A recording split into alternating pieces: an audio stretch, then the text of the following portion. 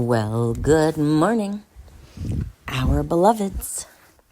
While on your side it may seem like it is grimmer and darker, and that the Grim Reaper is coming. On our side, when we see your potential, it looks so much brighter. It is oftentimes that it is the darkest, right, before the dawn, right? So this is what we want you to understand. It is how trauma forces growth, how resiliency is only developed by chaotic experiences that force you to find a coping mechanism, a survival strategy.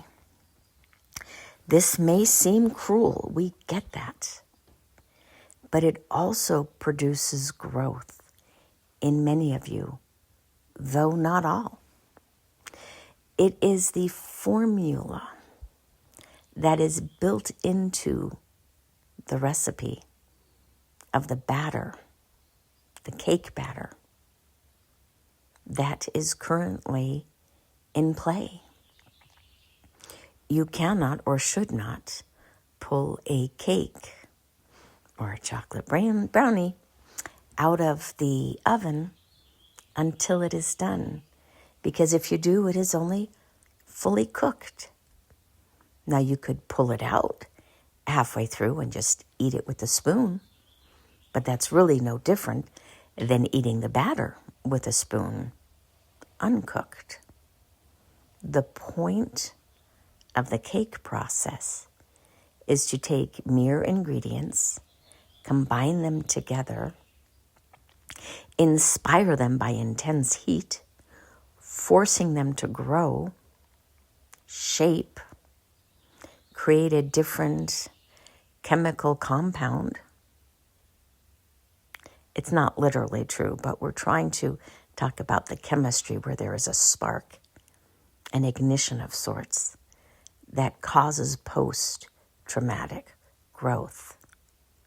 The oven heats you up to intense temperatures, and then you cook. And when you are fully cooked, hopefully, somebody will turn off the oven, right? This is what it is to be a cake. You are no different in many ways.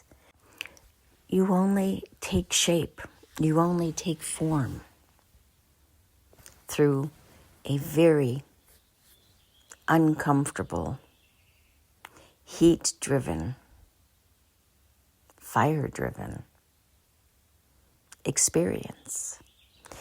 It is not a cake unless it is baked to perfection, which means that you must cook, the cake must cook for a certain time, depending upon elevation. You will understand this more, that the experience of awakening to who you are when you have been numbed and dumbed down by technological conveniences and perspectives. But when you awaken, there will be no denying what you know about yourself. Initially, the cake was a bunch of ingredients mixed together, put in a very specific environment that is designed to change the nature of the cake so that it would be fluffy, delectable, a solid, and predictable. We see humanity for what it is, for what you are. And it is oftentimes these moments where humanity really shines energetically.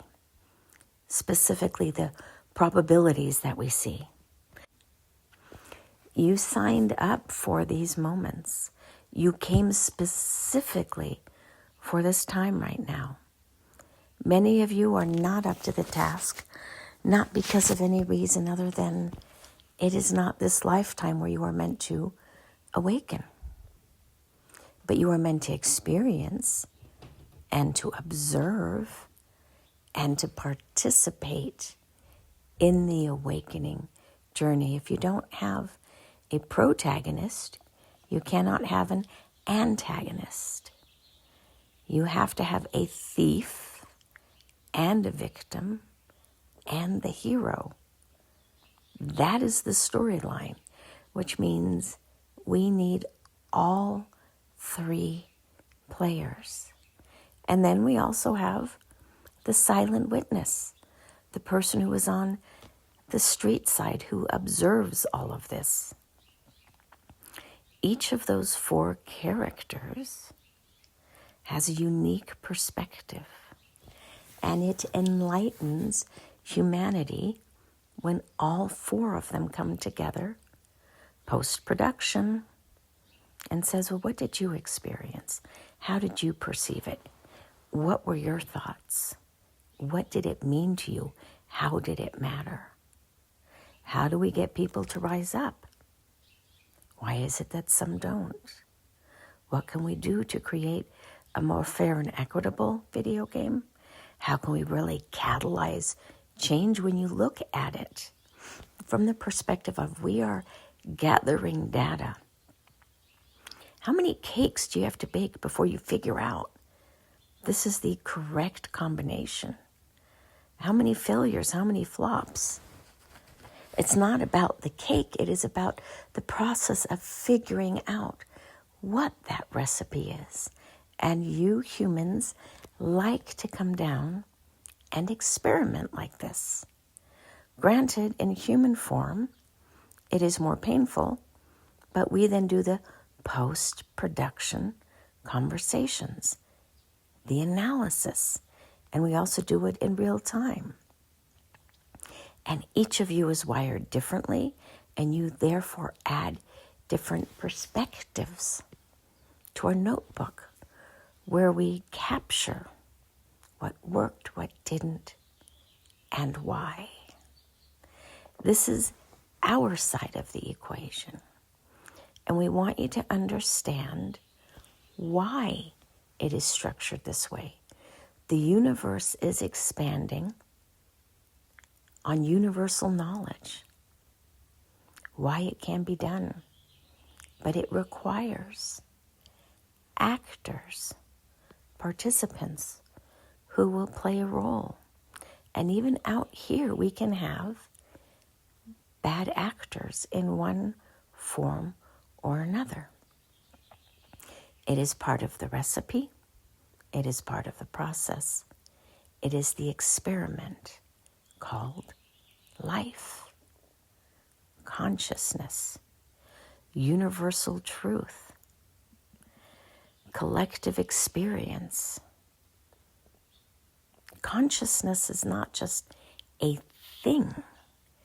It is a growing, evolving experiment that itself has no limitations. And you all are just a small fragment, a small piece of this, though critically important in what you offer. We have peace-loving communities where it is just expansion based on love. And then we have our little muggles here on Earth who are chaotic at best. You thrive on chaos. And we are now moving the experiment into another phase of catalyzing love, experiencing what love looks like without hate, without death, without martyrdom. What does that look like when we move into a more loving experimental phase where it grows or changes? And then it will change into something else again. It is not designed to be static, because when there is no need to be challenged, when there is no need to grow, humanity becomes stagnant. And so we must change the environment from hot to cold, from dry to wet, whatever you want. Something that will awaken the soul to say, oh, I am being stressed right now. What does this mean? I must change how I do things in order to adapt and survive. That is exactly what and how evolution works. What evolution works and what doesn't. How evolution works, how it doesn't. Some species have died off over the evolutionary process. It is fact. It is not cruel from our perspective. It is the end of one lineage because it didn't adapt to this new environment. But the new adaptations will be generated, and we will see in this petri dish what thrives and survives and what doesn't. It is an experiment of evolutionary importance. It is not perfect. It is not messy from our perspective. It is actually quite beautiful. But you human muggles, in the midst of it, feel the actual pain of catalyzing change, of creation, and also of destruction. And we are hoping that mankind, as you transition from the Piscean to the Aquarian age, that more and more of you will focus on love, loving yourself and loving your neighbor across the border, across the seas, across the continent, wherever they may find themselves.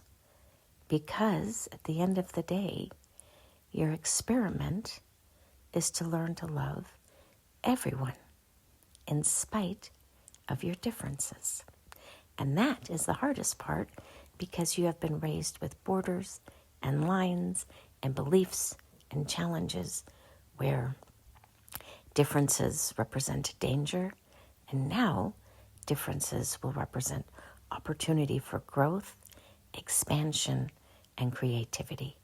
And so it is. Namaste.